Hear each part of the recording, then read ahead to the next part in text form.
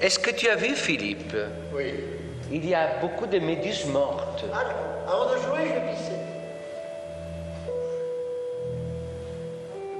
À l'origine du spectacle de Fabrice Dubussé, l'enquête d'Albert Londres chez les fous, paru en 1925. Un texte sur les conditions d'enfermement psychiatrique de l'époque qui permet une mise en perspective avec la situation actuelle. Et le metteur en scène sait de quoi il parle. Il a dirigé un atelier à vocation thérapeutique pendant une vingtaine d'années à l'hôpital de Vichy. Il était donc nécessaire pour lui de mélanger acteurs professionnels et acteurs différents, comme il dit.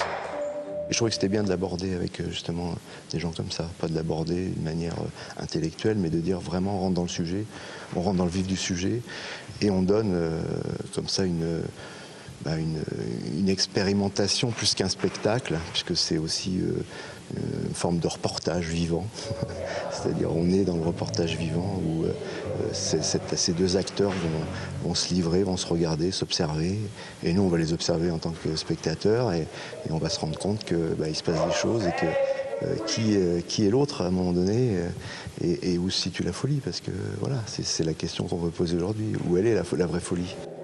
Philippe est régulièrement suivi à l'hôpital pour des troubles psychotiques. Pour travailler avec ce comédien, il a donc fallu du temps pour s'apprivoiser, pour prendre ses repères et développer au final une belle complicité.